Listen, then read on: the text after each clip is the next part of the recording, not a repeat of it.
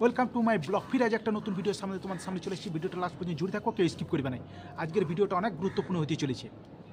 তো আজকের main topic হচ্ছে একটা মানুষ ভুল ভ্রান্তি স্নান করার জন্যে মৃত্যু পর্যন্ত হয়ে থাকে। এর সম্বন্ধে কিছু গুরুত্বপূর্ণ কথা আমি বলবো। তো চলো শুরু করা যাক।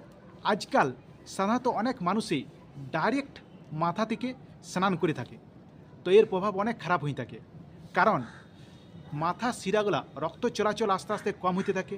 এর ফলে ব্রেন স্ট্রোক হয় এবং মানুষের মৃত্যু পর্যন্ত হয়ে থাকে। তো ডাক্তারের মতবিদ হিসাবে স্নান করার মেন উপায় হচ্ছে পায়ের থেকে শুরু করা।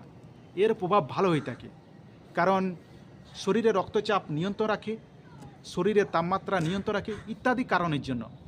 আর এর সবথেকে আরেকটা বড় উদাহরণ হচ্ছে আগেকার যুগে বা পূর্বকালের মানুষরা বাঁধে বা নদীতে প্রায় চান করে থাকতো। তো তাদের ক্ষেত্রে ব্রেন স্ট্রোক অনেক কম দেখা গিয়েছে।